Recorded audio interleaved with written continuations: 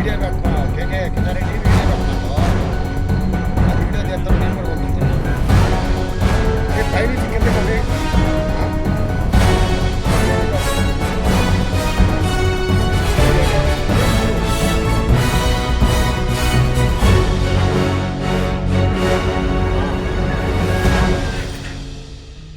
Video చేస్తాను నాకు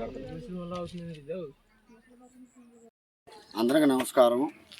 ఎన్టీఆర్ జిల్లా చంద్రలపాడు మండలం బ్రహ్మపుట్ల వారిపాలెం గ్రామంలో సైనాల కొండలరావు గారి ఇంటి దగ్గర యాప చెట్లు ఉంచి పాలు వస్తున్నాయి. నిన్నట నుంచి జనం అందరూ 3 రోజుల జనం వచ్చి ఇంతగా చూస్తున్నారు. దేవత మహిమ ఏ మహిమ అనేది మాకు అర్థం కావట్లేదు.